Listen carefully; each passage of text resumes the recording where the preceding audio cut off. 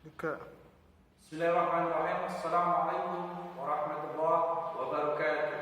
Bagaimana kabar hari ini? Alhamdulillah sehat, bahagia, sejahtera. Allahu Akbar.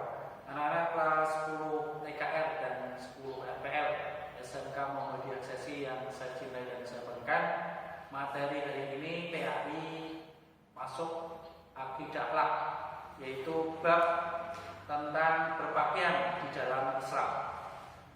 Kita tahu bahwa hakikat berpakaian dalam Islam adalah untuk menjaga kehormatan dan harga diri manusia.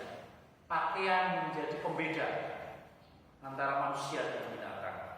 Kita tahu manusia diciptakan dalam bentuk yang paling sempurna. Untuk itu, simbol kemuliaan manusia adalah bagaimana saat dia bisa berpakaian dengan baik dan benar. Sebagaimana kisah hilangnya kemuliaan Nabi Adam alaihissalam beserta istrinya sebagai penduduk surga. Allah Subhanahu wa taala menanggalkan pakaian mereka hingga nampaklah dua aurat keduanya karena melanggar larangannya dengan memakan buah khuldi. Hingga Allah menurunkan mereka ke bumi, dan ini dijelaskan dalam Quran surat Toha yang merupakan surat ke-20 ayatnya 121. Kata mutiara dalam Islam juga disebutkan laisal jamalu bi aswabin tuzayyina innal jamal ilmi wal adab. Bukanlah kecantikan itu dengan pakaian yang menghiasi kita. Sesungguhnya kecantikan itu adalah kecantikan dengan ilmu dan kesopanan atau mahfudah. Kita tahu pakaian sendiri adalah suatu yang dipakai berupa baju, celana, jilbab dan sebagainya. Pakaian dalam bahasa Indonesia disebut juga dengan busana. Kalau di Jazirah Arab memakai gamis, kalau kita di Indonesia seringnya memakai baju koko, sarung, dan kopiah. Bagaimana Islam mengatur prinsip-prinsip berpakaian sehingga berpakaian Islami berarti memakai dan menggunakan pakaian sesuai dengan syariat Islam. Dalam hal ini tuntunan agama Islam, baik laki-laki maupun perempuan. Intinya diwajibkan untuk aurat dengan cara berpakaian.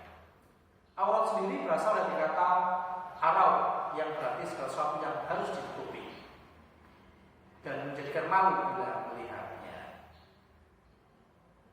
Dalam hadis riwayat Daraqutni dan Baihaqi dijelaskan auratul rajul ma baina suratihi wa rukbatihi. Aurat laki-laki itu antara pusara dan lututnya. Adapun bagi perempuan adalah seluruh tubuhnya yang wajib ditutup kecuali bagian wajah dan kedua telapak tangannya. Termasuk kaki wanita adalah termasuk dalam aurat. Tapi seringkali teman-teman kita, saudara kita masih meremehkan namanya aurat di kaki. Dalam diperintahkannya berpakaian sesuai syariat sesuai dengan Quran surat Al-Ahzab ayat 59 yang artinya, hai Nabi, katakanlah kepada istri-istrimu, anak-anak perempuanmu dan istri-istri orang mukmin, hendaklah mereka menurunkan jilbabnya ke tubuh mereka. Yang demikian itu supaya mereka lebih baik atau lebih mudah dikenal dan mereka tidak diganggu. Allah lagi Maha Pengampun lagi Maha Penyayang.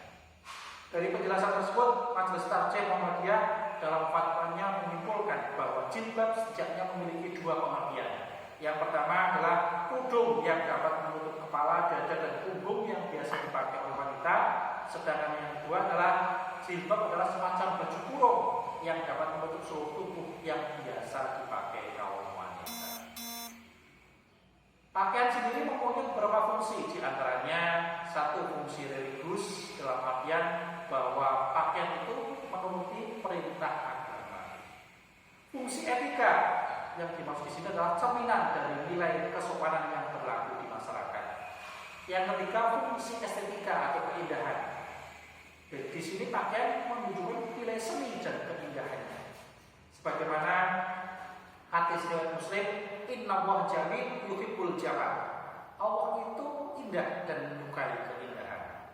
Yang keempat fungsi kesehatan, yaitu dengan berpakaian kita menjaga kesehatan kita, melindungi dari penyakit dan menjadikan sehat dan terhindar dari beberapa penyakit. Nah, Islam memberikan ketentuan dalam berpakaian. Satu, yang penting adalah menutup auratnya.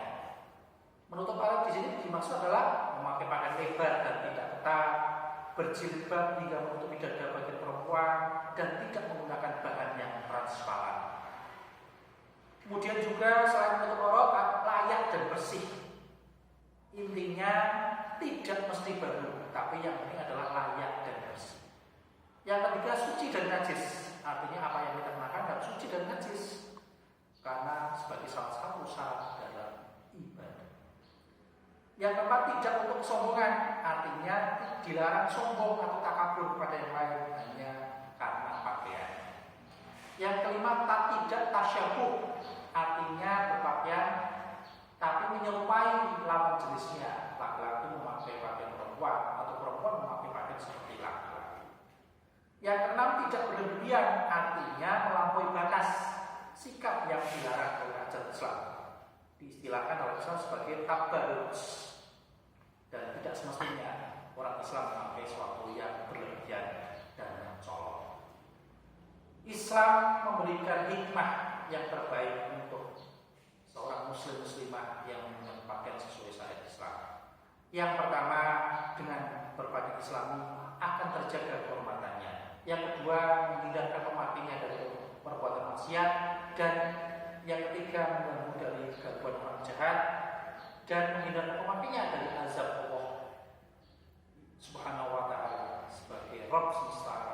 Dan yang terakhir, dapat melindungi kesehatan dan menghindarkan dari penyakit. Jadi intinya Islam mengajarkan umatnya agar berpakaian sesuai syariat Islam. Saya kira sedikit pengantar dari saya tentang berpakaian sesuai syariat Islam.